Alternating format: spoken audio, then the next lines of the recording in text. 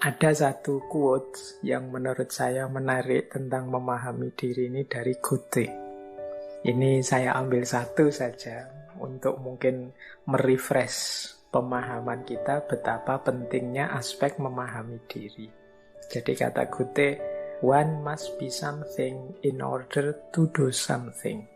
Seseorang harus menjadi sesuatu agar bisa melakukan sesuatu. Nah, ini kan kalau dimaknai secara luas itu ya kita ini harus sesuatu dulu sebelum bisa melakukan sesuatu. Sesuatu dulu itu kan pertama-tama kita harus paham, kita harus kenal kita itu apa, kita itu siapa. Jadi kita bisa menunjuk satu barang misalnya bantal, itu kan karena kita tahu itu bantal. Kita tahu itu kursi, kita tahu ini laptop, kita tahu itu HP. Itu kan karena kita paham tentang kesesuatuan itu. Nah, maka kita juga begitu. Kita juga harus kenal kesesuatuan kita. Kalau manusia mungkin bukan sesuatu, kesiapaan kita. Tujuannya apa kalau kalimatnya Goethe tadi? Agar kita bisa to do something, bisa melakukan sesuatu. Ya kayak tadi misalnya saya contohkan, saya tahu kok kalau ini bantal. Ketika saya tahu bantal kan, terus saya ngerti benar bagaimana barang ini saya manfaatkan. Mungkin untuk alas tidur atau alas duduk, untuk bersandar. Karena aku paham gunanya barang ini. Aku paham karena aku ngerti identitasnya, ngerti statusnya. Nah, itu namanya be something, kita tahu kesesuatuannya. Nah, kita juga begitu. Kita harus kenal diri kita, siapa kita, apa kita. Sehingga kita tahu apa yang harus kita lakukan. Sehingga kita tahu bagaimana kita harus bertindak, berpikir, berperilaku. Inilah sebenarnya quotes ini menegaskan pentingnya kita tahu diri kita, pentingnya kita paham identitas kita.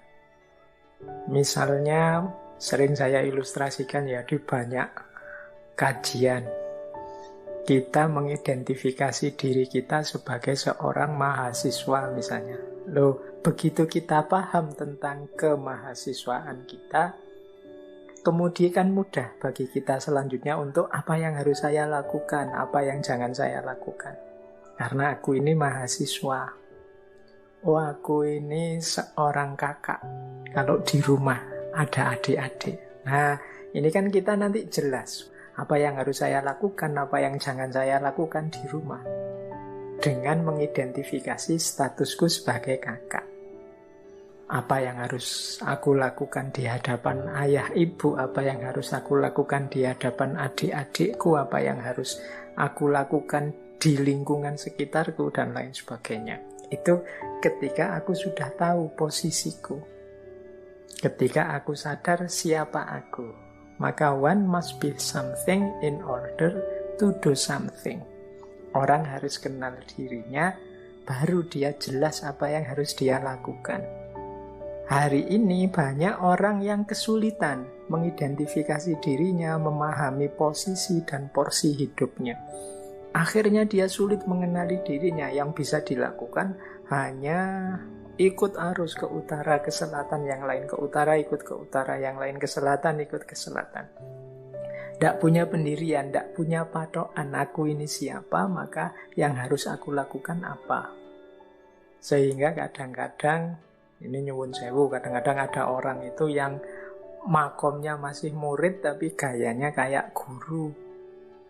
Makomnya masih awam tapi gayanya kayak orang alim. Atau sebaliknya, harusnya dia orang pinter, orang alim, tapi kok gayanya kayak orang tidak tahu apa-apa, tidak peduli kiri kanan dan lain sebagainya. Padahal dia harusnya yang memberi petunjuk pada umatnya dan lain sebagainya. Ini menurut saya pentingnya orang sadar dan paham dirinya. Dengan kita kenali diri kita, kita pahami identitas kita, di sanalah jelas bagi kita selanjutnya apa yang harus kita lakukan dan apa yang jangan kita lakukan. Mana yang wajib jadi tanggung jawab kita dan mana yang ini tidak seharusnya saya lakukan. Nah, oke, kalau teman-teman nanti bekerja di perusahaan, di lembaga, di organisasi apapun, itu kan juga harus jelas, ini saya posisinya apa, tugasku apa. Jadi job description-ku apa, sesuai dengan jabatan yang aku emban. Kalau di kampus misalnya, oh kalau dekan itu tugasnya ini, kalau ketua jurusan, ketua program studi itu tugasnya ini, kalau yang staff tugasnya ini, dan lain sebagainya. Itu kan dia bisa melakukan tugasnya ketika tahu posisinya apa. Inilah pentingnya orang mengenali dirinya, paham status dan identitasnya.